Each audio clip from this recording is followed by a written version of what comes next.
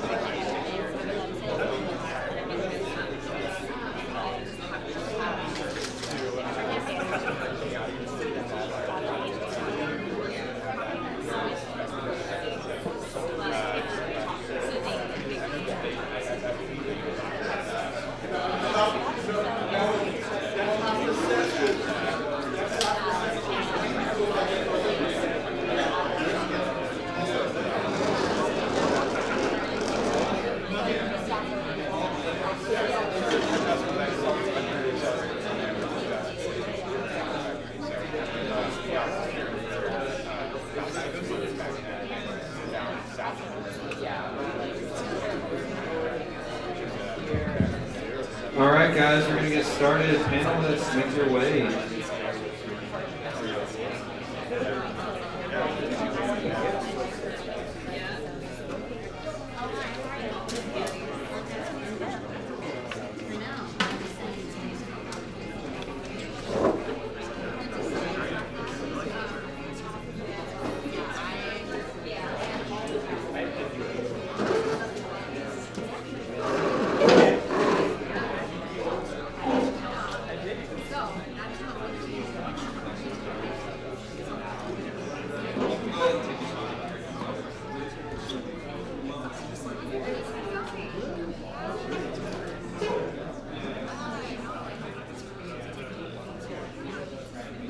Hey guys, welcome. If you haven't joined us before, this is EdTech Austin. I'm just going to take a minute and tell somebody to turn the music down. Maybe. Sean, you on that? Yeah. Cool. So welcome, 77th meetup maybe. So Wi-Fi is here. Yeah. So Wi-Fi's here if you guys need it. Tweet us at EdTech Austin, Capital Factory, EdTech, hashtag EdTech and all that good stuff. So what are we? We're a community that's concerned about education and technology and that intersection, and we want to really give back to that in the Austin community. We're volunteer organized, supported by people like you, and sponsors. So if you want to help us out by sponsoring, getting involved in a meetup of your own choosing, feel free to email us at edtechaustin@gmail.com. A little bit of review: 75 total meetups, 5,200 total attendees, over 4,000 cans of local-ish beer. We're going to try to hit 4,100 tonight. 5 South by Southwest, and supported by over 200 EdTech startups since inception. And how do we do it? Amazing sponsors. So first, Capital Factory for providing awesome space, opportunities not just for the meetups, but then for further mentor opportunities and things like that. And then tonight, Kiwi Compute sponsoring this in partnership with Mozilla and the work that they're doing there. Which brings us, potentially, announcements. So a couple of upcoming things. I'll slow it down a little bit.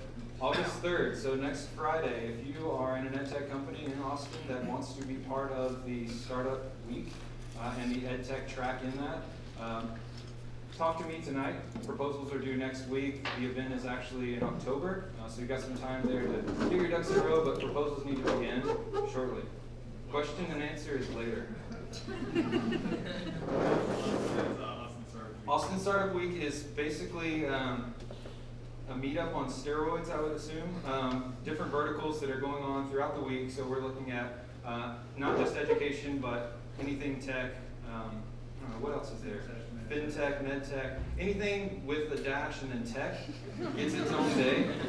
And basically we're showcasing Austin, the startup community, the entrepreneurial spirit that we all know is here. Each day gets its own focus, and so I think it's going to be a good week to showcase this, showcase your company, look for potential investment or partnerships with the local community. So it should be good. If you're interested in that, feel free to contact me. Next meetup, August 15th, we're doing a meetup in conjunction with PyTop. If you haven't heard of PyTop, they are based partly here in Austin, have offices on the 5th floor, I think. Yes. They're cool ecosystem around basically using making and letting students make and explore. I'm doing a horrible job of this. All of those things that are on their website, but really cool ecosystem. Physical computing, coding, kind of meeting together, getting students excited about learning through making. And October 3rd, Austin Startup Week, EdTech track that day. So mark your calendars, contact me. So tonight's schedule, we're going to start with some opening remarks from Leah Ruffin of Mozilla's Gigabit Community Fund. And then we're going to move into a panel and Q&A period. So pay attention, get your questions ready, and Sean will be throwing a microphone at you at some point tonight to get your question answered. So I'll turn it over to Leah Ruffin. She'll intro the Mozilla Community Gigabit Fund, right? Gigabit Community. I said all the words, I just said them in the wrong order. It's okay, it means the same thing. Thank you, Kyle. Thank you to everybody for having me. Thank you to Julia for the invitation. I'm excited to be here with EdTech Austin. So I had a bunch of slides and I did my best to condense them because I feel like she said you have 10 minutes. So I'm like, all right, let me make it count.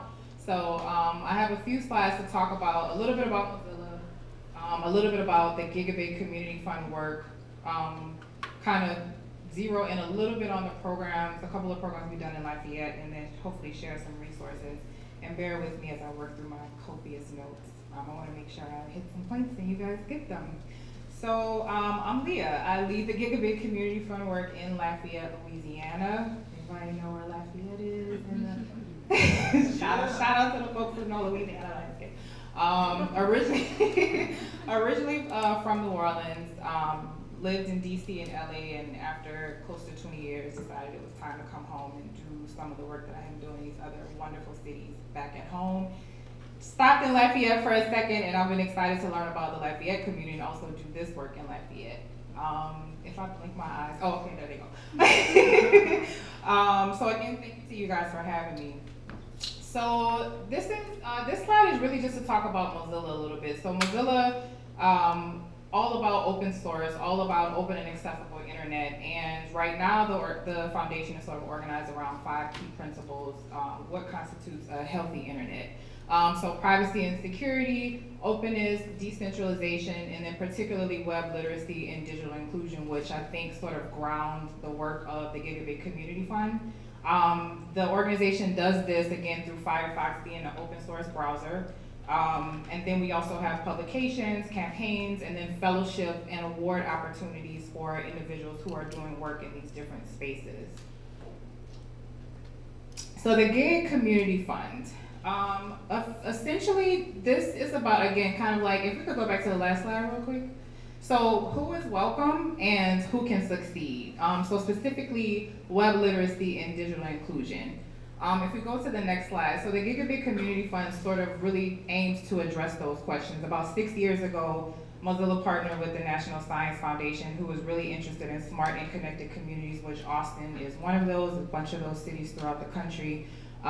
There was a lot of research and development, application deployment in the emerging tech space, so VR, AI, augmented reality, and they had an interest in how do we get some of that technology out of the research and sort of development phase and research in universities and get it into communities where young people and community members can access it and make their cities, communities, schools, learning environments better. Mozilla had I'm almost there. Okay. Oh wait, I didn't know you were, okay, so I'm gonna communicate with you, Maya. No, you're doing good, you're doing great. So Mozilla had a history of hives, which Austin actually is considered a hive, but in Chicago, New York, and Toronto, of doing really deep dive, community-centered work and being able to build community around digital literacy, around media, around technology. So based on Mozilla's history doing that work, and stuff, we're like, hey, we want to partner with you all. So that looks like over the past 6 years, that's been over $1 million in funding. Originally it was in 3 cities. It expanded to Lafayette and Eugene last year. So myself and my colleague, Craig Worrell, have been doing the work in Lafayette and Eugene, and we've supported 76 projects in all these cities. Shout out to the gig partners who are in the room today. Mozilla has funded close to 20 projects in Austin. We have Penn Pal Schools represented, we have Path to Python, we have E4 Youth, Carl Settles, and many other partners and organizations that have been a part of this work. It does not exist or happen without the work that these folks have done. So, and I say that about Lafayette, I say that about all of the programs and organizations in all the cities. Next slide, please. So this is kind of just what does an EdTech grant making initiative look like from the foundation standpoint? So we have the gig, right? We have high-speed broadband internet. All of these cities have invested, for the most part, municipal investments in fiber, and also some private sector investment as well. So you have the gigabit, you have high-speed internet, you have the resources and support that comes from the staff that manage these programs. You have the dollars, which is a significant portion of this, but not necessarily all of it, right? Because without the resources, without the support, without the capacity, I think those things kind of help these projects become as successful as they can. And the partners, so the universities, the school districts, the institutions, the science museums, the technology centers, the capital factories, and then nonprofit organizations and community organizations. So this, to me, sort of represents what the ecosystem of this work has looked like over this past several years. And those are just some examples of types of projects that we funded that have sort of come out of the very intense collaboration of those ecosystems. So in the spirit of creating a roadmap and targeting underserved populations and making sure that equity is sort of at the center of this work, we funded 10 projects in Lafayette. Again, we've been doing this for a year, so we literally hit the ground running. And I chose those 3. I have totally went ahead of my notes, but I do need them to speak to this piece. I chose those 3 specifically because they are, actually I'm just gonna wing it and I'm sure I'll be fine. They are very good examples of projects that were intentionally focused on equity intentionally focused on building capacity of the organizations, the executive directors, and the staff who had to ultimately manage them. And they also were projects where the project managers and the folks who did this work went to the students. So it wasn't a situation of like they had to come to a new camp or they had to find their way somewhere. This was taking programs and projects directly to them. I think again, like the actionable intentionality is what I want to highlight here. So there was just real investment from Mozilla, investment from the community to make sure that these projects were successful because it was important to reach the population of young people that we reached. Does that make sense? Okay. We can keep going. So again, 76 projects is a lot. I did want to be mindful and respectful of time, so really high level overview of things. But if you go to learning.mozilla.org, navigate to leadership, navigate to community, you can actually go in the search box and review some of the projects that we funded. All of the Austin projects, all of the cross-city projects we've done as well. So we also invested in Which Paths to Python is an example of one where there is programming happening both in Eugene, Oregon, and also here in Austin. You can go and learn about all of those. One of the requirements, thank you. One of the things that we hope come out of the projects is that there's open source curriculum and materials for each one. So you should be able to go to the projects, go to their actual websites and find resources that you could potentially share or implement in the organizations that you work in or with partners that you work in, folks that would be interested in this work. And I think there was one other slide. Okay. Other ways to engage with Mozilla. So, 6 years is a long time. $1.2 million is some might say that's a significant amount of money. Some people might not be a drop in the bucket. But it was always the hope that this work would be seeded and catalyzed, and that the individual communities where the work is being done would be able to pick up where Mozilla sort of came in and left off and carry the work forward. So I can say for sure in Lafayette, we've been incredibly focused on sustainability, which is a buzzword that gets thrown around a lot. But just the idea that how do we allow these programs and projects to continue? How do we encourage those EDs and program directors to be able to continue to provide these programs in their organizations? And then how do we bring community partners along, particularly funding partners where possible, to continue to support them? As Mozilla phases out of this work, effective next month. So it's been incredible to see these projects. It's been incredible to see organizations like PenPal and E4. You can learn about the work even from a distance. Paths to Python, if you guys are getting started and hit the ground with a two-city project, like out the gate, and just see the amazing work that folks have done. So other ways that you can potentially engage with the organization, there are fellowships, there are awards, which there was a recent awards track that was just launched.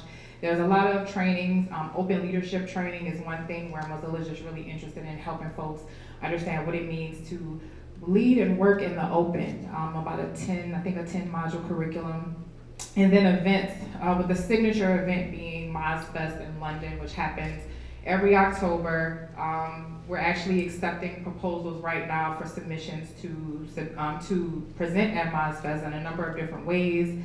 That closes on August 1st, so you still have some time if you're interested in traveling to London and presenting to an international audience of artists and technologists and nonprofit folks and entrepreneurs, etc. All people who sort of care about open and accessible internet. This is a great opportunity to do that, and I would encourage any and everyone with an idea to submit it. You can do that, and that's the website. So this is new. I started a Slack channel. Anybody on Slack? Yeah. Okay, cool. So what's the deal? I was like, what's the way to connect with people there were some resources that I wanted to include, and I honestly just ran out of slide space, if I'm just transparent. So I was like, well, what's the way to do this? And then I kind of just started thinking about acronyms and things, and whether it's with Mozilla and just my own sort of personal areas of interest, digital equity-based work is important to me. So digital equity engages all learners. Feel free to join that Slack channel. There are resources that are in there, Mozilla resources and other things that sort of are relevant to that particular topic. Feel free to jump in. Thank you for your time. And I'm happy to meet and talk to any and all of you once we wrap up later this evening.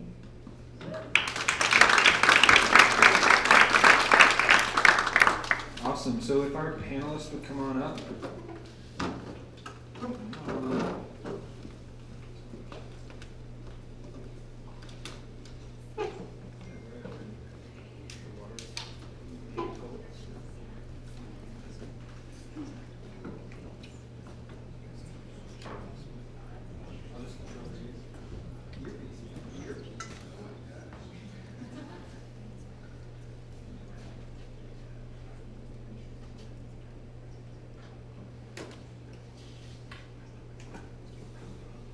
Hello?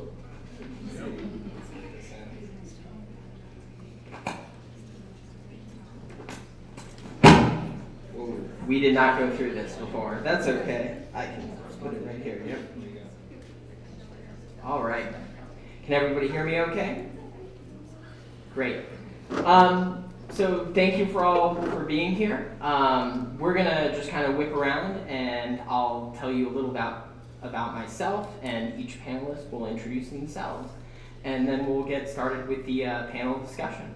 So to start out with, my name is Ryan Torby. I am a president of the Computer Science Teachers Association and CS for Texas in Austin.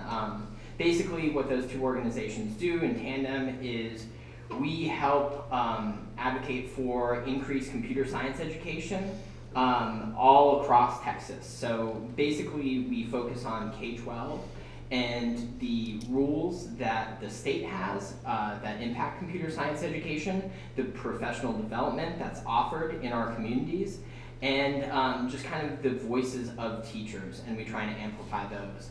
I'm also pursuing my PhD in STEM education at the University of Texas, so it's been quite a journey for me this past year, starting that, and I'm excited to be here and to be asking the questions. So actually, the next person on our list, it isn't in order of how we're sitting, it's Matt. So we'll go to Matt. Good evening. My name is Matt Stevenson. I am the co-founder and executive director of Code to College. We are an Austin-based nonprofit that is focused on increasing the number of minority and low-income high school students who enter and excel in undergraduate STEM majors and careers. In our program model, we source volunteers from tech companies like Google, General Motors, Atlassian, and others to deliver 60 hours of coding education after school to students who we partner with, 40 hours of professional skills development and STEM industry exposure on the weekends. And ultimately, we place the top 20% of our students into paid summer internships where they earn between $5,000 and $6,000 over the summer. Way more than I did even as a college intern. We're excited about our growth. We started out as a pilot with 30 students 2 years ago. This coming year, we actually plan to serve 250 students throughout Central Texas. We started out with Indeed as our first internship host partner, but since then we've added Retail Me Not, Q2, BuildFact, City of Austin, Kendra Scott recently, T3, and several others. So excited about the growth, excited about partnerships. Any teachers in the house? Love you all. That's it. Thanks. Great. So our next is Caitlin. Hello. Hi there. So my name is Caitlin Raker. Last name does not sound like it's spelled. So I am a UT grad twice over. I've got my bachelor's in psych and my master's in educational psychology, which basically boils down to counseling, and I translated that into career counseling for my career. So I currently work with Trilogy Education Services, which is you'll hear it called a coding bootcamp, but they're actually a continuing education program manager, where their idea is to be a workforce accelerator. So we know that the workforce is changing and will continue to change, and people need a way to upskill in a very rapid way instead of going back for 4-year degrees. And so that's what we do. We offer coding bootcamps. We also offer data analytics, cybersecurity, UI, UX. We're getting into a lot of additional spaces. But what I do is I'm on the career side. So when folks graduate, I'm helping them enter into that STEM career of choice. I'm currently regional director. I'm managing all of our schools on the East Coast, so it's remote work. I work from home, which is lovely. But I work with thousands of job seekers entering the tech space every year, and really firmly believe in a pathway into tech for everybody, regardless of your background, regardless of if you have a GED or a high school diploma or a 4-year degree or an associate's or anything, 2 years at Starbucks or 20 years as a program manager. So it's really exciting work. It keeps me on my toes, and it's really exciting to be a liberal arts person who's in the tech space. Very nice. Lexi, you're up next.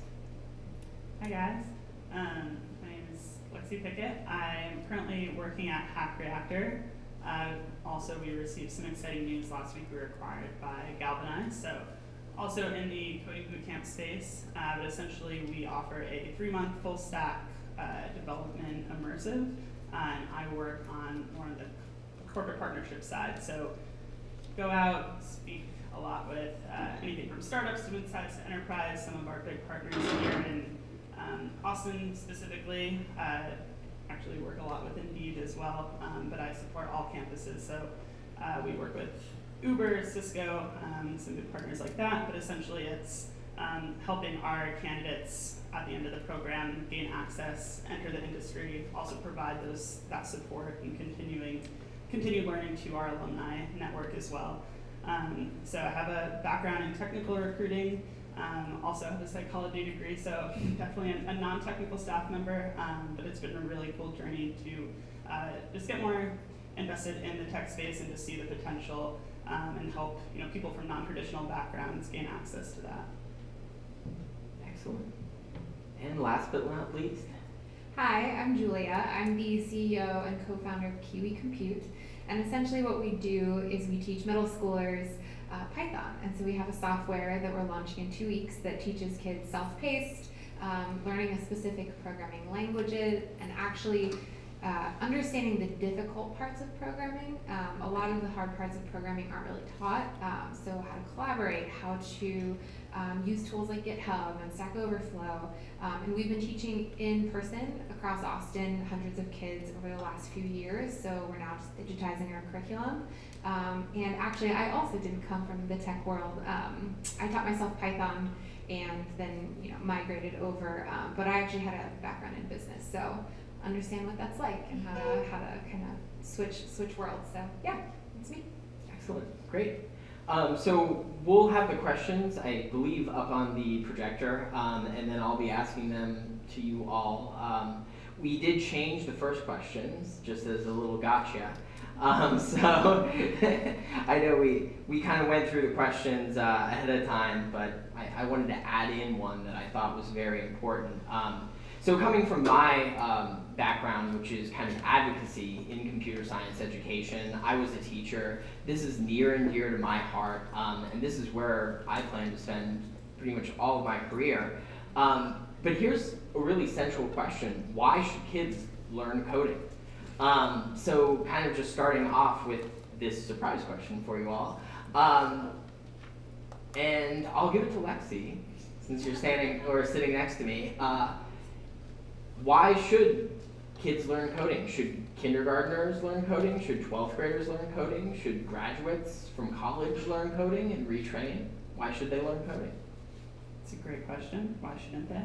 I think it's a really exciting time in the EdTech space for this reason specifically. Obviously, there's just continues to be a demand for software engineers, for technical degrees.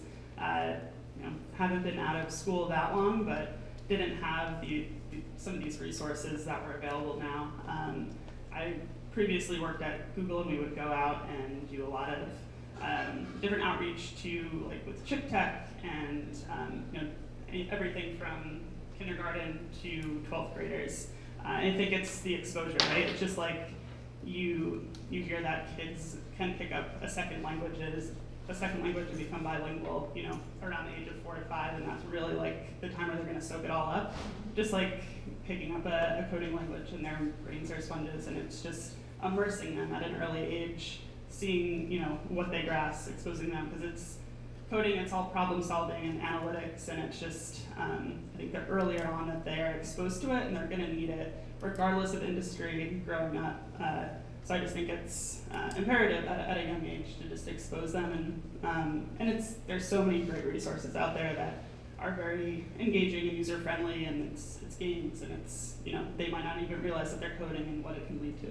Yeah, I actually completely agree. So my experience is teaching. I was a kindergarten through 5th grade technology teacher. And we used to use B-bots, which are little programmable robots with kindergarten.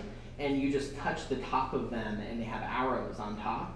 And you just kind of, you know, no computers, no anything. You're just touching and manually inputting the code into the B-bots. It's directional, and they go through mazes. And I had kids crying because they couldn't share, but I had kids so excited about it, and the kids who were crying eventually ended up coming back into the group, and it was just an absolutely amazing thing to have kids practice the steps of computational thinking, so decomposing the maze and going through all at just such an early age. So that's amazing. Would anybody else like to kind of tackle the question, why should kids learn coding? Go for it. So one of the biggest things for us is that kids are surrounded by technology all the time. I mean, they're on Snapchat and Instagram and Fortnite all the time, and they don't understand what it actually is that they're using.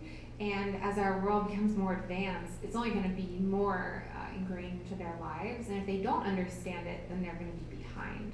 So learning how to code, even if they're not software developers, they have to have a basic understanding of it. So I tell kids, like, just spend a month in it, and if you don't like it, that's fine. You'll have to be a software developer, but at least gives you an understanding of the things you're using. You know that a phone is a computer, and you know how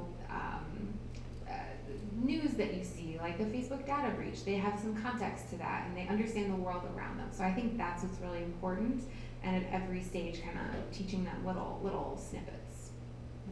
And Matt, you're targeting an after-school population. How important is it for you that those kids, some of whom may not have access to coding classes in the regular school day, learn to code?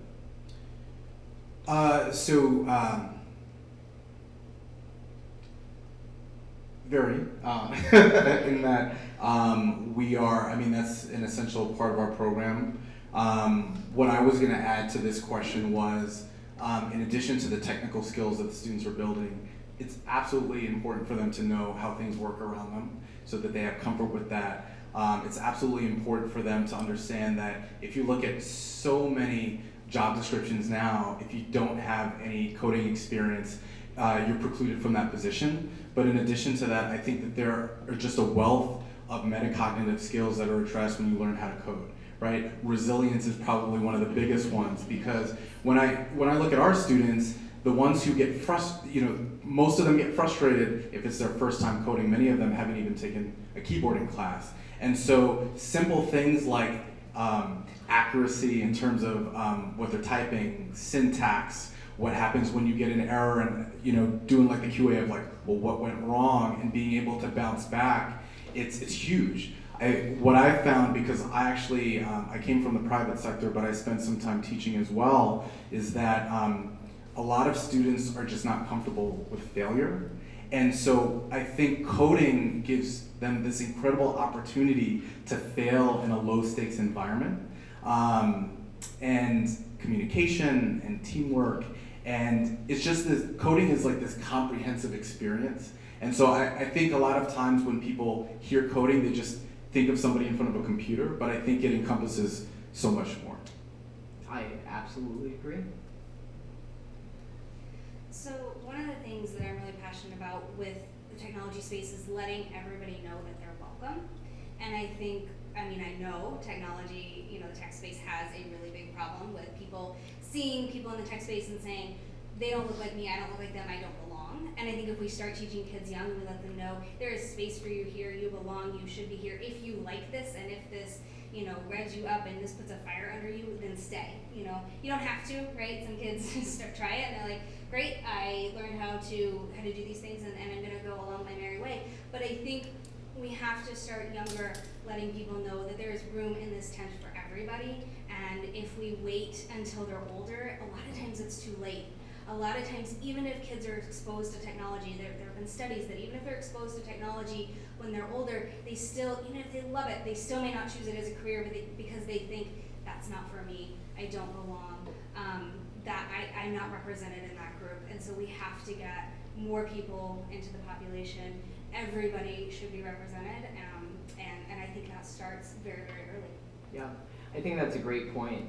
If anyone is a teacher out there and wants to promote more computer science participation among women in particular, the National Council for, I think it's Information, for Women in Information Technology, it's NCWIT. They have amazing resources for trying to foster a gender-inclusive computing and computational thinking, computer science environment in your school. They also have a great award that they award to high school females for computer science. So we'll head on to question number 2, and this is kind of more of a personal question just for you all. How did you get into the EdTech space? This is the EdTech Meetup. A lot of people here may be kind of tangentially interested in coding, but want to also know like what makes a career in EdTech interesting to you, and how did you get here? So we'll just kind of mix it up. Let's go to Matt.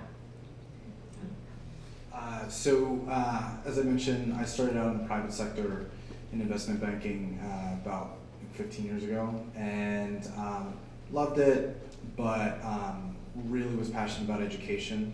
And I worked for this education nonprofit called Sponsors for Educational Opportunity. And they had several programs, but the one that I was working for placed undergraduate students of color into front office summer internships. And so we're talking about students from the Ivies all the way to like Kennesaw State, who would have, been lucky to get a job as like a teller at a regional bank. And we were leveling the playing field. Like, you got a 3.9 from Kennesaw, you got a 3.9 from Yale, you all had the shot once you made it into the program, and they were knocking it out of the park. And the opportunity and access that the organization was providing just really inspired me. So went to business school, broke into education. That was hard. Was a teacher for a couple of years, did a couple other things, and then moved here 3 years ago to work for KIPP Austin. But within 3 months of being in that role, just looked around and saw all of these tech giants in town and all of these underserved students who lived just a few miles away, and saw that there was this really unique opportunity. So. Great. Yeah, I think identifying those opportunities, especially if you're starting something, is so important. And Austin's just such a gem of a city with such unique opportunities. Lexi, you have a mic. Yeah, it's been an interesting journey, I guess, how I stumbled into the EdTech space, but really enjoyed it. Like I mentioned, do have a background in technical recruiting, and that was more so my exposure. Kind of had to force myself to get ramped up and can understand everything more so at a pretty high level, but supported software engineering recruiting at Google, more so like mobile development and front-end software engineers. So Hack Reactor actually is, the main coding language that we're teaching is JavaScript. So I was put on this special project there just to find non-traditional software engineers, identifying those types of different backgrounds. I think Google and a lot of the big tech giants, there's this misconception, and they definitely have branded themselves of like, oh, a lot of people choose maybe not to explore opportunities there, because it's like, well, I don't have a CS degree from Stanford or Carnegie Mellon or, some of the best programs out there. And there's demand, and there's just a lot of really cool things happening right now, I think, in terms of just, businesses and companies are understanding and identifying that there's a need and that there's great talent elsewhere.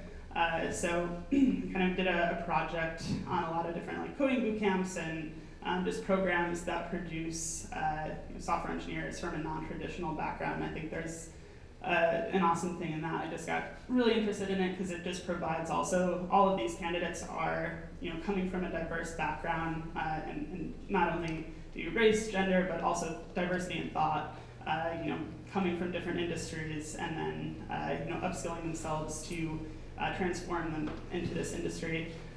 So long story short, helped to hire a lot of people from some of these boot camps, and just was really interested in how it all worked, and found myself to looking more into the EdTech space and having more of an impact there. But yeah, it's been really fun, and it's just amazingly just gratifying to help people transform their careers, I'm sure.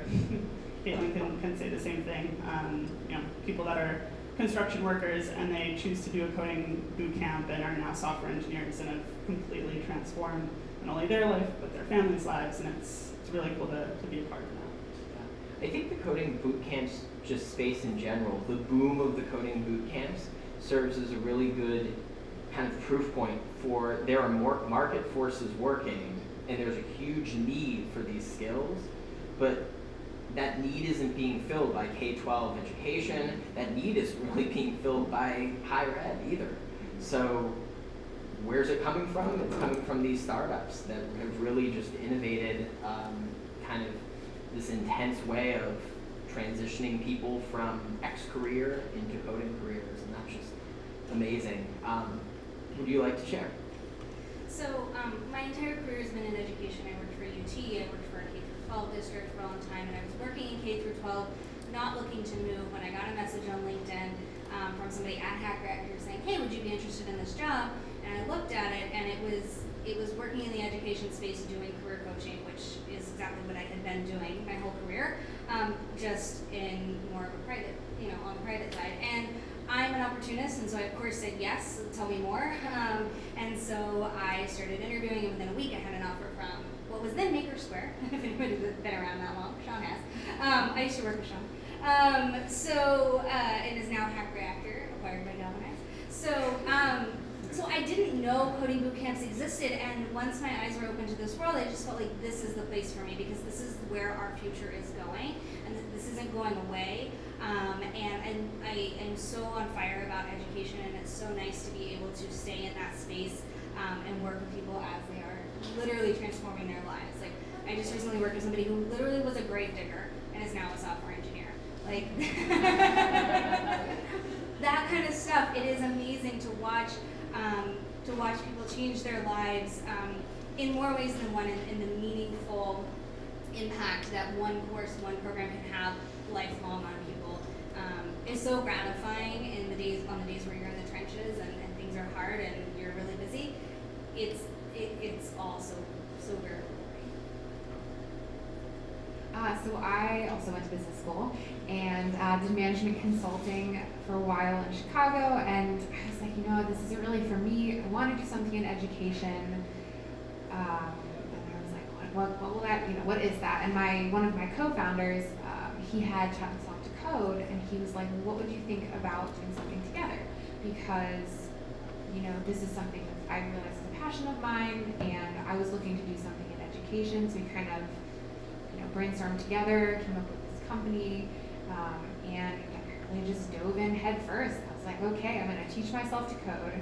And then I got really involved in STEM Scouts here in Austin, Chick Tech in Austin, the Digital Empowerment Committee at the City of Austin, and just kind of going all across the city and seeing how digital inclusion, how we can get women involved in tech, and it's just been really exciting to kind of pivot in the career. Excellent. All right. We'll move on to the next question here. Question 3. So this is an interesting one. It's explain your coding journey. So we've kind of talked a little bit about your past, and then how do you fit on the path to success? Do you mean organizations? Let's go, instead of just you, let's go to your organization. So kind of bringing it out to that bird's eye view of how does your kind of organization put that puzzle piece in to the path for success of your organization and the path of success of students or those of you who are serving, who you are serving. Yeah, go for it. So we start with middle school, so we start around 5th grade. And the reason we picked that specific age group is because that's when kids tend to lose interest in computer science. Obviously, they should start as early as possible, but in middle school, they're still really interested and they're open to learning and they want to hear and learn more. Once they reach high school, from my experience, they're definitely still open to it, but a lot of times kids are like, it's not for me, not interested. If you can get them interested, then they'll stay interested and they stay excited about it. But middle school, they're much more open. So we were like, okay, we're going to start with middle school.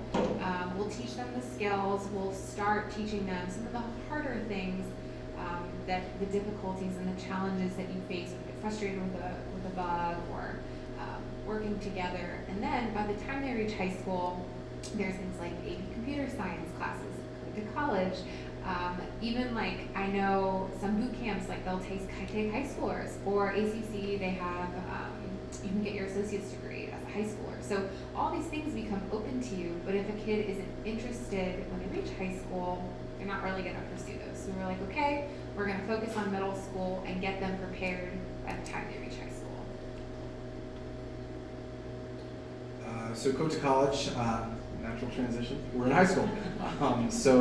Where do we fit? So our focus is the full gamut of 9th through 12th graders.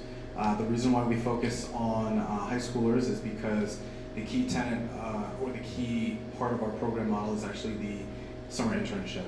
We've got 3 pillars: education, exposure, and experience. The education is the after-school coding education. The exposure are the monthly professional skills workshops, and then the experience is the internship. And so middle or elementary would be a little bit too early for us to start. For most companies, if you're under the age of 16, you would not be old enough to serve or to work with them. And so that's why high school is a natural fit for us. In addition to that, we are trying to specifically focus on supporting these students in their pathway to and through college. A stat that I share often is the fact that 50% of low-income and female, 2/3 of Hispanic, and 3/4 of Black undergraduate students who initially select a STEM major ultimately switch to a liberal arts major or drop out completely. And so in our program model, we are trying to address that statistic and actually flip it to ensure that they have the supports that they need such that when they get to college, that they persist through and ultimately enter a STEM career, if it's their choice. So we'll move right along to post-high school. It's funny how we separated ourselves that way. So Trilogy, what they're really trying to do is make sure that anyone who wants to be in this space can come into the space. So we are, I will say, having worked at Hack Reactor, I know our admission standards are quite a bit different because Trilogy is trying to, Hack Reactor has a very specific mission for really top tier engineers, and Trilogy doesn't mean we're not turning out top tier engineers, but we really have a different baseline. We started a much lower baseline. So what we're trying to do is make sure that anybody who just has the desire with some basic skills, some computer literacy skills, can enter the program, and it costs a lot of money. Our program is about $10,000. That is a privilege to be able to afford that. So we're partnering with companies to provide loans.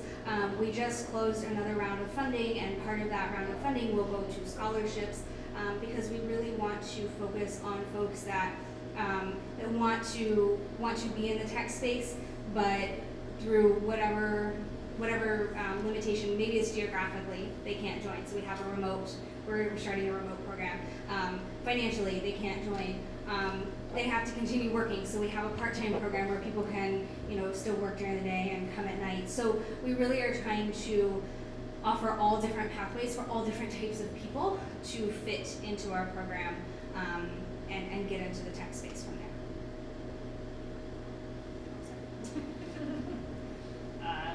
Keep it going right along with coding bootcamps.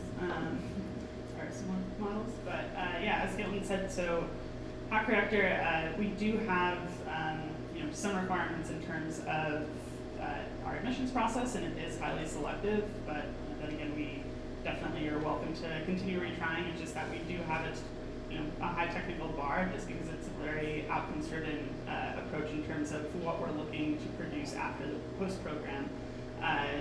It also is a financial investment, and we do partner with like skills funds and try to make that as accessible as possible too. But I think how it fits on the path.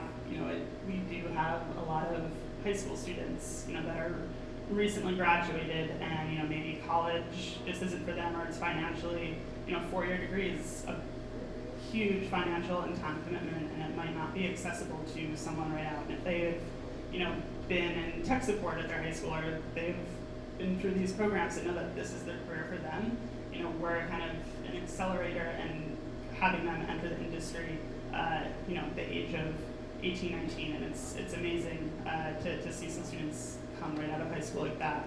And then again, yeah, I would say our median ages are like 22 to 30, but it's anywhere from like 18 to 45 and up, and it really, is at any point in somebody's life, if they're choosing, if they find this passion or they discover it, they're exposed, maybe at a later time to computer science, we can help them get on that path. And obviously, we do have pre-course materials and supportive resources to help them get up to speed and get introduced to JavaScript, some of the tools and things that they're going to need to learn to hit the ground running, because it is a intense program. They're there 11, 12 hours a day, 6 days a week. But the final result really being, we're training them to really think like software engineers, come out of the program, landing great placements. So I think it's just the accessibility point of, if you choose to do this program, it is intense, but it really can help you to break into the industry, and it's transformative. Yeah, great. Thank you so much. Yeah, I love how we have just kind of this spectrum, and you're all in line too, so that just makes it super easy to go down the line and talk about this kind of journey that students could take. So we're going to move and pivot now to talking about obstacles. And this is something that I think about a lot in my advocacy work, in what are the obstacles from getting kids to basically having no computer science in their schools to actually having computer science in their schools. And there are so many different solutions, but here's this question that I want to pose to you all, is what do you believe are the biggest obstacles preventing kids from learning to code? So these could just be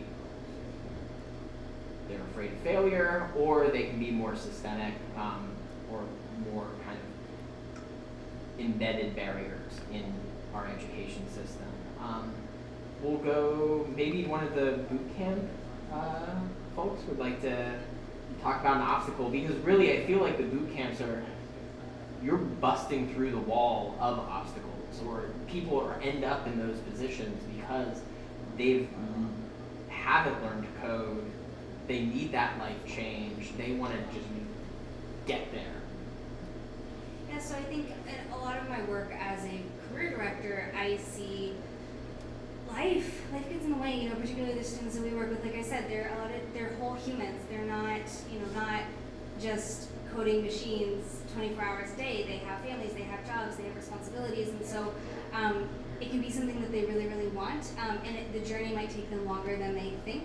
And sometimes I see people wanting to give up. They think, okay, well, I just must not be right for the community, or I don't belong here, right? They get what we call imposter syndrome or imposter phenomenon, right? Where clearly I don't belong because I have failed a few times, things keep getting in my way, life keeps coming up, and so so a lot of the work that I do is helping people persist through the struggle, through the program, but also through the job search. The job search is so hard. Everybody here knows that a job search is not easy, and that's what I do. I live in that space every day with people, and so a lot of it is helping people through those barriers, usually self-imposed. If they've been able to overcome the barrier of the cost or getting into the program or that kind of thing, a lot of times It's self-imposed fear of failure. They're going to find out I don't belong here. Just something is holding them back, and so that maybe that happens for kids as well. I can't speak to that. I don't work with them, but I know with the adult learners that I work with, a lot of times people want to give up on themselves. So they have to have those people around them, those supportive communities to keep them going. And I know Hack Reactor has this, and Trilogy has this. We have somebody on the ground in classes daily with these folks to keep them going, because it does get really hard, it does get really challenging. So we build in a lot of support systems to, if they really, really want to be there, to help keep them there. Yeah. I think self-imposed is just such a strong word and just strong idea that a lot of the obstacles to kids learning how to code, or to adults learning how to code, are self-imposed. I had kids talk about their code. So as a 5th grade teacher, I had all of my students present on their HTML projects. And the first year I did it, kids were just so hung up on talking about their code. And they had these self-imposed barriers. So the second year, we talked about public speaking, and we did direct kind of instruction lessons. I taught them how to thumb point like a politician. And they, like, some of those just little tricks and like little things made that shift, in that instead of seeing themselves as, I can't do this, it was like, I'm just gonna thumb point through this. And I had kids, they looked ridiculous, but it was awesome. But they had that mindset shift of, I can't do this, to, oh, now I have some strategies and maybe I can do this. And once they dove in, they were just ready to talk about their code. So it is amazing how just support, being there for people, for kids, as they learn these things, is just so important. I would say structural and systemic barriers. There are a ton of them. Yeah. The students that I work with, if your dad's not, or your mom or dad's not an engineer, what is coding? If you've got competing priorities of, you have an after-school job, then you're probably not going to compete. You're probably not going to participate in Code to College. If you have a sick family member, or you have to take care of your siblings, you're probably not going to participate in Code to College. And those are the barriers that I face in recruiting students who I'm like, this could change your life, but they're like, yeah, but I've got other things to do. And I cannot say, well, this can change your life, when they're thinking about having to contribute to household income. Like, that is a very real need and short-term priority. Not even short-term, it's just a priority. And so, yeah, I would say, like, there's definitely sort of like the internal, like, or intrinsic barriers of like, ooh, I don't think I can do this, but there are so many external barriers to at least the students that we serve in Code to College, from not knowing about what coding is and the opportunities and the access, to there's just no way that they could even make the time to participate. What about for middle school students? So kind of two things. So to go along with what Matt was saying, if kids don't have access to computers, it's just so much harder to even get started. Like, they don't know what a colon is. I just thought that was obvious. It's a colon, but they don't know what that is. And so you have to spend a whole class, or maybe more, going over, this is a parenthesis, this is a quotation mark, and then they get them confused. And you're like, okay, let's review this again. And that's crazy. Or they get upset because they don't have computer time at home. They don't even have a computer at home, and they want to play games. They just want to play games. They want to do something fun because they never get access to a computer. So that's the first thing. But from more of a mental standpoint, kids don't understand that in coding, you're probably going to fail your first time, most likely, in whatever program you're creating. It's just going to happen, and that's normal, and programmers know that, and once you get good at it, you know what code will work, and you know what code might work. But kids have a really hard time with that, and they expect it to work every single time the first time. I was teaching a kid this morning, and he started crying because his code didn't run. I'm like, it's not a big deal. Let's just look at the problem. Like, this is normal. I was like, one time it took me a week to solve a problem. I'm like, we've been working on this for 5 minutes, it's okay. But that's really hard for them. They expect to get it right the first time. And school and you know, most programs that teach you have to get it right the first time. Or there's only one right answer. Like I tell kids, there's like a million ways. I don't care how you get the right answer, as long as you do it. Like I don't care if you create a really different way. That's fine. That's great. Do it. Go for it. So I think that's one of the things. Would you like to tackle? Yeah, I'll just add something quick. I think like there's a common theme in everything that just like support, you know, regardless of age or at any point in your life. But yeah, some kids just, you know, don't have, you know, maybe that support at home because they do have, you know, other things that they do need to attend to, or just these external stressors that they're attending to. So, you know, if that can come at school, and that's why I think like all of these programs are just incredible, and just to give them that access and exposure at that age. But it comes down to just support, somebody pushing you along, saying like, hey, it's okay, we can do this. But like if you don't have somebody in your corner or somebody believing in you, right, it's just not coding, it's anything. So I think, yeah, just getting that exposure in school, you know, there's going to be obstacles just because kids, adults, nobody likes to fail, but you really, the older you get, you see that you learn so much from that, especially in coding. You know, you learn, figure out the bugs and good, clear documentation, and it takes time, and there's so many skills that you can learn just beyond just building an app or a program, but like what you can draw from it. But I think it's that supportive environment and just, you know, the consistency of providing that to a kid and letting them know like it's okay to fail, and also just like exposing them, and just like it's resiliency.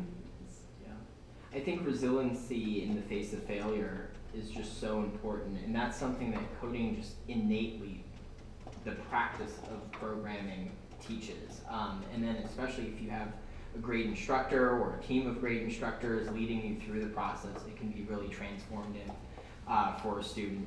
I know when I failed in karate, I cried, never went back again. Still can't karate chop, but I can code a little bit, so maybe I'll go back.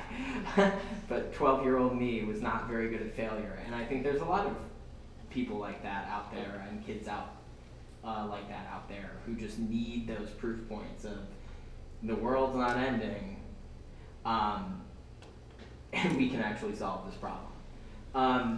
Going on to question 5, and this is maybe a little bit more specific. You may have answers to this, you may not.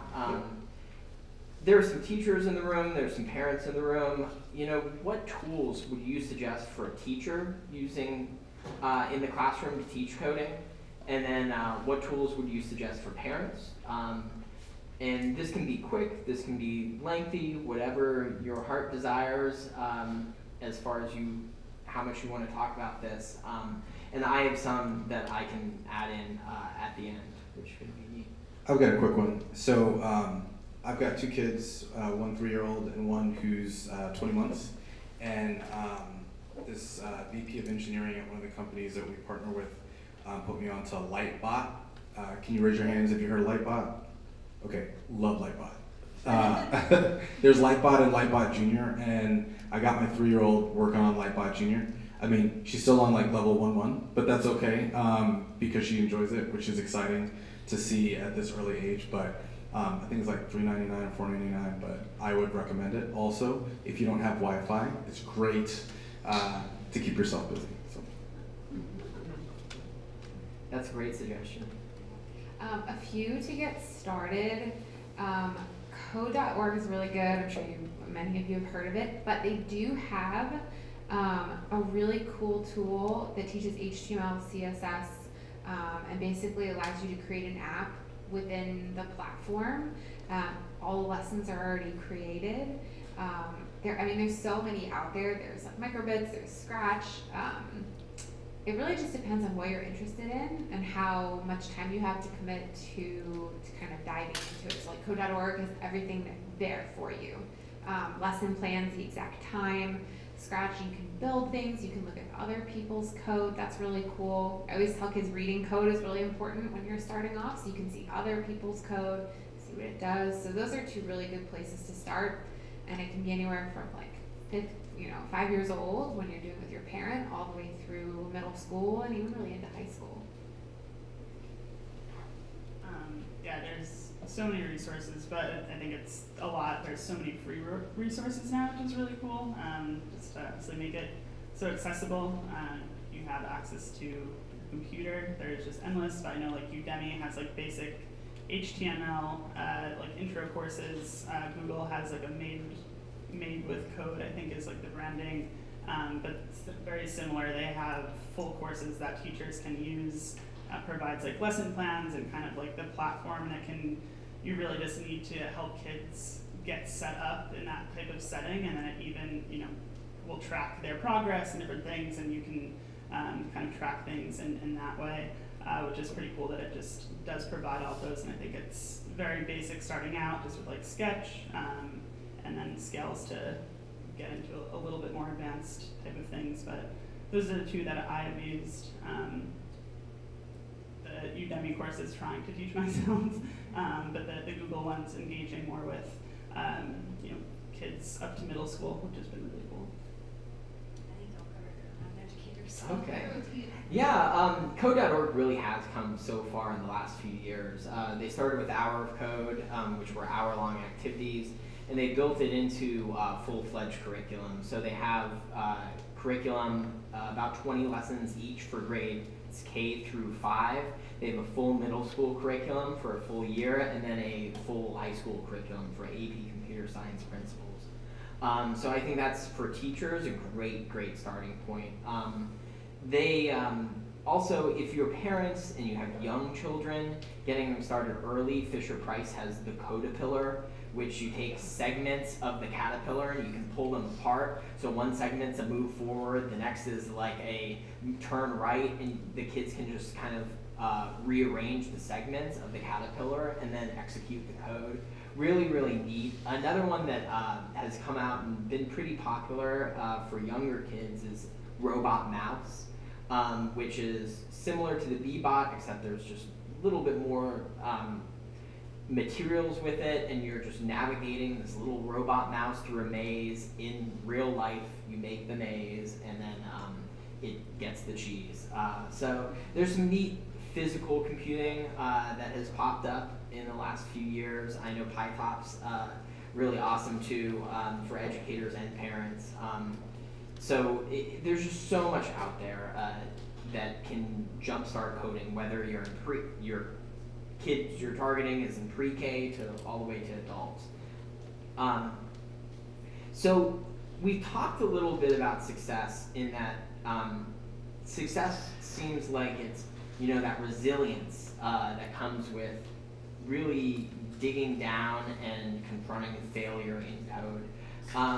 And we've heard also about a gravedigger who has changed his life, okay? But share some of your favorite successes, and what does success look like for kids when learning to code? And just tossing that out, and anybody can take it.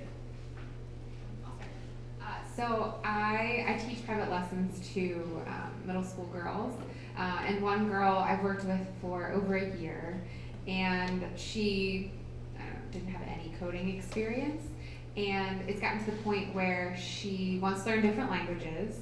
She bought a Raspberry Pi and is tinkering completely on her own, and is brainstorming with friends about how to design an app for herself.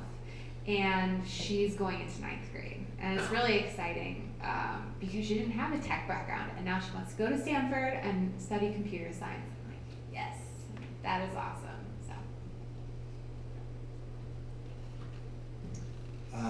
So 2 years ago, or a little bit over 2 years ago, I met this girl named Casey at our first school partner, which was Aikens High School.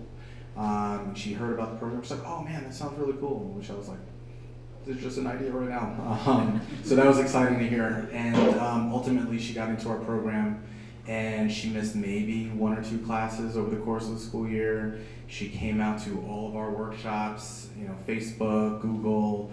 She created these incredible presentations and presented them confidently in front of senior managers at these companies. She earned a spot to become Indeed's first ever high school software engineering intern, killed it, got a return offer. She's got about 3 more weeks for her second summer right now before she heads out to A&M to major in computer science. And we were talking maybe 2 weekends ago because she just went out to A&M to take a look at her dorm and meet the other folks in her CS cohort as well as some of the other folks in the engineering school. And she was not the only girl, but she was definitely the only black, she's half black, half Latina, the only black girl, the only Latina, and also the only student there who had had internships in their experience. And so while these other students, many of them saying, oh, my dad's an engineer, I've been coding since I was 13, or I've got, I've broken down a computer and built it back up, she asked, well, have any of you interned before? And they all said no. And then in addition to that, there were a few of the EE students and the ME students, so engineering students, who they were talking about how interested they were in engineering, and she said, oh, so then you're probably coding already, right? And they said, well, why would I do that? And so she then educated them on best practices for them to really get up to speed and improve their pathway into engineering. And so that's my favorite success story, because she is truly flipping the script and changing outcomes, not just for herself, but she's serving as an inspiration for so many of our other students and prospective students as well. So my favorite coding success story is a student who, and I'm going to tell his story, won't give any identifiers. He would be okay with me telling this story because he tells this story very openly. So he was living and working in Austin, and really his life was going down a path that was not a successful path, and he ended up in a pretty bad car accident with some felony charges, and with broken vertebrae, blind in his left eye, right hand in a cast, and he was laying there in his hospital recovery room thinking, I gotta change my life, I gotta turn my life around. And so he decided to join a coding prep course. He admitted that during the coding prep course, he had not quite turned his life around. He was going into the bathroom and doing things that you should not be doing during a coding prep course. But he got through it. Amazingly, he got through it. He taught himself through a coding prep course to learn to code blind in one eye and with one hand in a cast. So he was like pecking at a keyboard, blind in one eye, and he got through the course, and it took him about 3 or 4 more months to really commit to the full coding boot camp, but he finally did. And he came in, and in his first week, he was very honest with me. He was very honest with his counselor on campus, the person that's there to help him through the course, and just said, look, I need to be honest with you. I've got some felonies on my record. I've got court cases pending. Like, it's going to be hard for me to get a job. I got to be very honest with you. He also, in Austin, this is no big deal, but for some people it is, right? Has tattoos everywhere. And so he knew, coming in, he knew his barriers. He knew what was going to happen. While he was in the program, he just became a stellar developer, stellar engineer. We hired him on as one of our TAs, and while he was doing his TA ship, while he was a teaching assistant, his court case was settled. He went in front of the judge. He was sentenced to jail time, but folks from the program were able to advocate for him to say he has really, really worked hard and he is working to turn his life around. So the judge said, that's fine. Finish out your TA stint. The day after it ends, turn yourself in. He did. He was in jail, I think it was only 2 or 3 months. He contacted me the day he got out of jail and said, I'm ready. I need a job. Let's go. Within 3 weeks, he had a job because he went out there. He was talking to people. He was networking. He said in jail, all he did was read JavaScript books, and people kept looking at him going, what are you doing here? You do not belong here. And to this day, if I saw him, on the street, I would run up and give him a hug. I have now introduced him to other students of mine who have come along later. He's gotten coffee with people and given them advice and mentored them. and he's still in the same job that he had started with. He's doing incredibly well. He's got the felonies off his record for serving jail time, so that's good news. But you know, he just was so honest with himself, and he put in the work, and it was incredible to see the success. And just to be along for the ride, the success was all his own, but to be there, to be present in that moment in his life has been one of the most rewarding experiences of my career.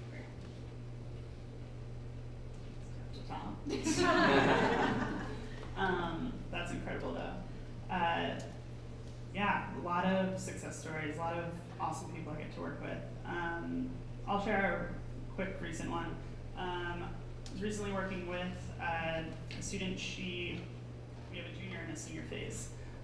So prior to getting accepted, the junior phase is very intensive toy problems. It's CS fundamentals all day, every day. Definitely a grind. And then there's a technical assessment to get to the senior phase. Unfortunately, she didn't pass. So she took some time and came back for the next cohort and really crushed it, but she has very much a lot of imposter syndrome, and that was something that we worked on in the first cohort, and just we're working to definitely help the gender balance in our cohorts. Her first one, she was one girl, there was 10 other men in her cohort, so that also just intensifies things, but she was resilient and came back and did extremely well the second time around and received an offer within, I think, the first month of finishing the program. And just, yeah, it was incredible just to see her come back with just still so committed and determined. Just, yeah, I think it takes a lot of grit and resilience to get through anything. All of the students that I work with, you know, it impresses me every day to see you decided to stop a career that you weren't happy with, you know, the path that it was leading, or it was, you know, mundane and you weren't enjoying that, and to make that critical decision to, you know, go back and learn something that it's definitely out of your comfort zone, but to push yourself. Success is hard work, and it looks different for everyone, but you know, it's just these like successful outcomes. I think through all of our programs, it's extremely rewarding, and you know, it's cool that programs like this exist to lead people to find their own success in that way. Yeah, that's great. Those are great stories. Absolutely amazing. I had a student in 5th grade. We were doing a project called Calculator Cat, where you took the Scratch Cat, which is this animated cat, and you turned him into a calculator, and he couldn't get it to work, couldn't get it to work, and then finally he got it to work, and we had spinny chairs in my room, which was a horrible choice for an elementary school, because kids would roll and spin and that type of thing. They were never still, but he just spun around, and he was so excited. It was just, he threw his hands up in the air. He was so excited, and that was a really big win for him.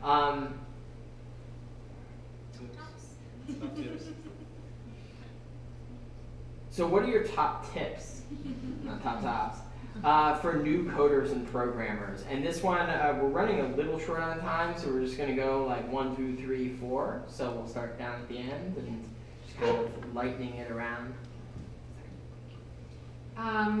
I would say find someone that's been in your position before, and they're going to understand your challenges. They're going to understand how to get you to the next level. When things get hard, they will make sure that you continue. That's a great tip. Practice daily. Fail daily. Learn from your failures. That's great advice for just life. So now we have about, I think it's 5 minutes left on the schedule for ish. We can go into networking. We can go into networking time for Q&A. And do we have a? We have a mic. We have a mic. That's like the possible mic. Oh, yes, absolutely. Okay, cool. So who wants to get tossed the mic? I will say it says on the bottom that you shouldn't throw it at anybody's head, and that I'm supposed to make sure that everyone is aware of the situation. So be aware, I do want this thrown around. But I will also say, you have to throw it to the next person asking a question. So that's my only rule. Yeah. You gotta follow the other two though, for sure. Yeah. So something is getting thrown around. Who does have a question? And it's cool because it actually, the mic will go off in the air. So here you go, Mark. It really is a microphone. All right, so around, I think it was question 4, I wrote it down here. You all were sharing your favorite tools and tips and resources that you like to use to teach coding and computer science.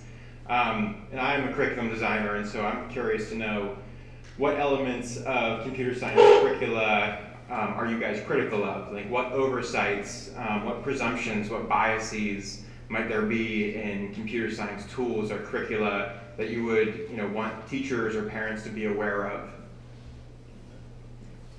And I was thinking specifically for our curriculum friend on the end and our educational psychologist in the middle. So I think I touched a little bit on it, but I think a lot of tools do a really good job with covering the basics. Like I usually say there's 5 or 6 key components of programming, and they're the same mostly across all languages. And if you know that, you know the foundations of a language. But you have to understand how to combine them, and that is the really hard part. And it's all the tools that you need to be a programmer. And I don't think that we do a good enough job of explaining to kids how to use those tools. The girl that I mentioned before, I've taught her for over a year. She tried to use GitHub and just got really frustrated. And even things like research. Kids, they know how to look up, a restaurant that I would like to go to, but they don't know, okay, I have a really specific problem. I don't know how to research it, find a solution that's specific to my problem, and then incorporate it back into my code. Kids don't know how to do that. I think that's a really big overstep. So one of the criticisms I've heard of our curriculum in particular, but just in general, I've had conversations with a lot of students, is that a lot of examples or a lot of problem sets include very gendered things. So for example, something in our curriculum includes a 10-minute quiz that involves, pulling up rock bands. I was speaking to a female student. She was like, I'm not interested in rock bands. I don't know anything about rock bands. So a lot of these examples tend to skew just toward, gender norms, more male norms. And there was another example where this morning I was talking to a student who, she said that somebody described her as a rock star developer, and she said, I'm not a rock star. I don't, and then the other word that gets used a lot is ninja, coding ninja. And those feel like, to women, those can feel like or people who do not identify as male can feel like very gendered terms. So we were talking about, let's use things like, she writes really clean code, her documentation is on point, talk about things that are about her abilities and not that have some sort of gender connotation with them. So that's a lot of what I hear. Even just when we give examples, we'll say he, instead of they or she or mixing it up. So those are the things I hear the most. I think from a curriculum perspective, one thing that I've started to become a little critical of, and I may be in a minority here, is curriculum developers want to encourage diversity in computer science, and how some curriculum developers are getting to that is they're front-loading their curriculums with a lot of unplugged lessons. And I think that while well-intentioned, that it puts a heavy strain on the teacher to actually implement those unplugged lessons and connect them to what's happening later in the curriculum. And it also is very hard for teachers to keep students really engaged, because they're in a computer science class and they have that mental image of them coding the computers. And when you start with 4 weeks of unplugged, talking about pictures and what's different in different rooms and data and things like that, but really not diving into a computer, I think that my perspective is that it may hurt more than it helps, and that there are other approaches to gaining diversity other than just front-loading unplugged lessons? Yeah, just to touch on that real quick, at Hack Reactor, it's all immersive in the sense that we'll give them sprints and it's paired programming all day. So they're presented the problem and they're actually coding and just doing it and looking over their work. Very minimal lecture-based learning. We just found that, yeah, once they're gonna learn they're gonna fail and they're gonna learn and they're gonna figure out their code. But I think at any age, it's just, I know that I'm better figuring things out if I'm doing it rather than just listening to someone, or you just keep trying again. So I think making it as hands-on and immersive as possible, especially if it relates to coding. Okay. So warning, the mic is getting thrown. Be aware. Thank you for ducking. That made me feel a lot more comfortable. Hi, my name is Brittany. So you all mentioned, perseverance, leadership, learning to fail, and being okay with that. Those are all soft skills. So you guys are here to talk about a hard skill, which is coding. But can you talk about how important it is to teach soft skills, and if you're formally talking about them in your curriculum rather than just calling it leadership and perseverance, but actually talking about soft skills and how important those are as well? Okay, yeah. It's funny, so that's one thing that we're actually focusing on in the software that we're launching because we saw that wasn't being done. So we have kind of 4 sections of our curriculum or our software, and the 4th and most important one is the soft skills. And so we're building this community where kids are collaborating together and understanding research and understanding how to do that research and use adult programming tools and how to work together in a respectful way with people across city, across country, from different backgrounds than you, because that's realistic. And programming isn't this antisocial role anymore. You have to be working with others and working with different sectors and industries, and you need to know how to do that. And so teaching that at an earlier age is really important. So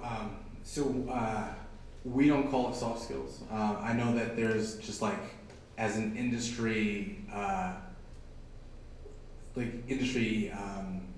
you typically say like hard versus soft. And I think particularly if you're introducing this to students for the first time and they hear hard versus soft, they're not necessarily going to put as much weight on the soft skills, and so we tend to call them executive or professional skills, especially given how important they are. And frankly, I would say that they're way more important than the technical skills, especially given that, when we send the students out on their interviews, the feedback that we get is much more about the maturity than about like how clean was the code, or were they able to work through the problem perfectly, right?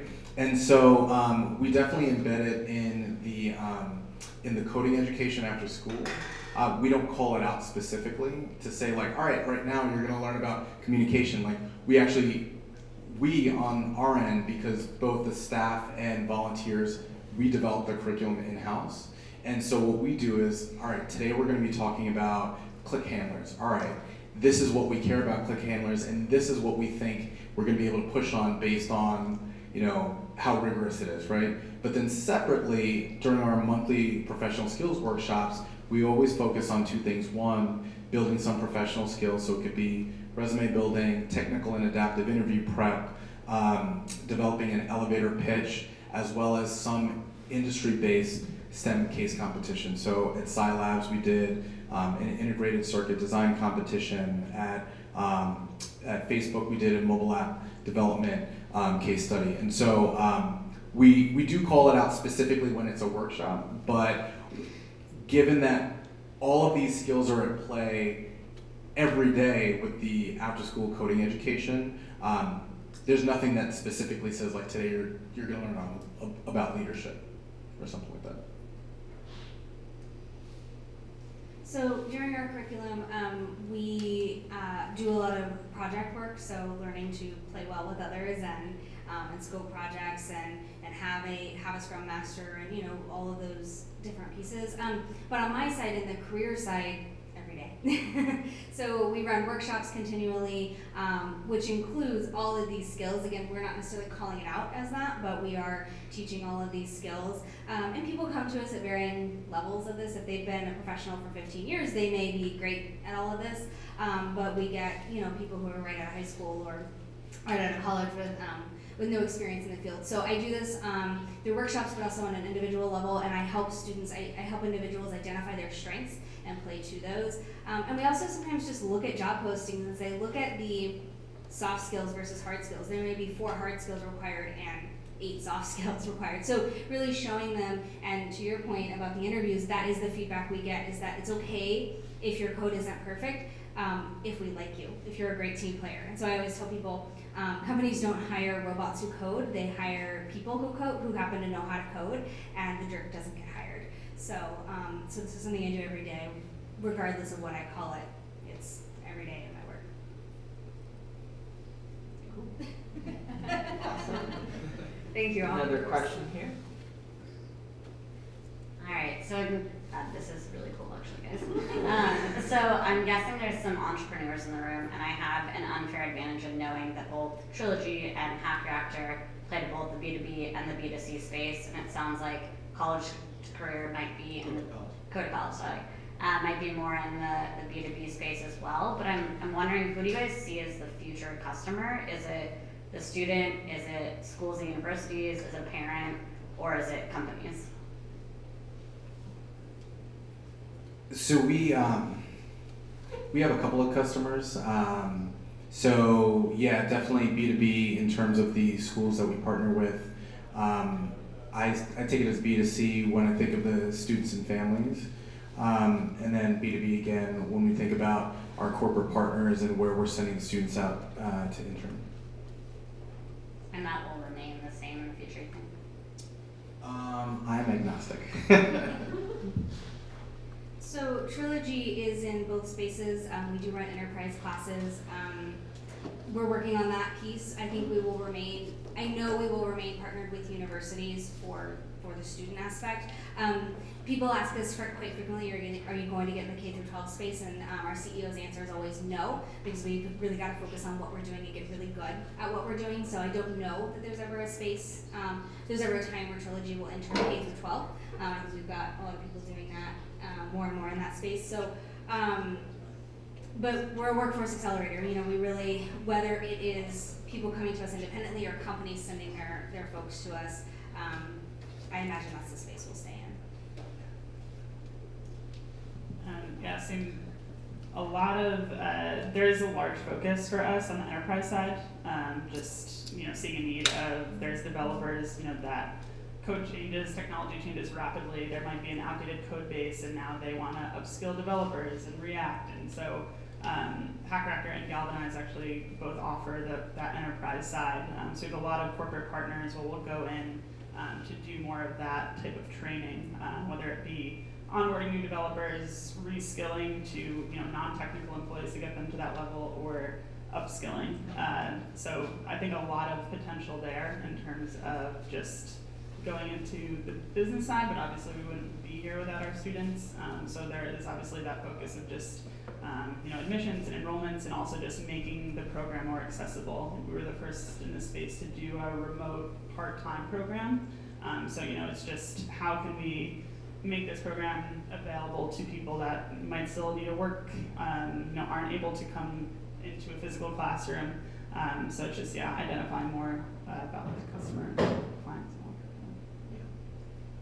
At Kiwi, we've kind of done everything. We've partnered with nonprofits in Austin, schools, private schools. We've worked with parents. We've partnered with organizations like Mozilla, National Science Foundation, to then give funding to nonprofits to have classes like Kiwi or other coding programs. But I think in the future it's going to be all of the above, because schools are going to be able to provide it, but not all schools can, or not all schools can provide it at the right age.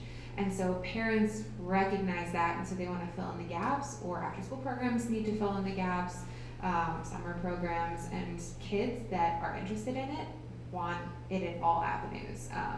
There's one girl I worked with who She wanted one-on-one stuff. She did an online program, and she took like C++ classes, and she was in 5th grade. And so she's just consuming multiple mediums, and I think that's only going to get more of the norm in the future.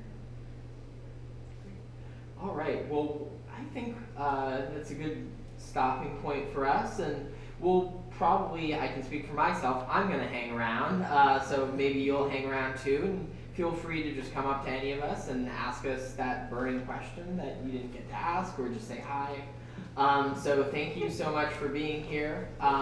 Is there anything else that we're doing? Maybe. No, yeah, so I just want to give a round of applause to the panelists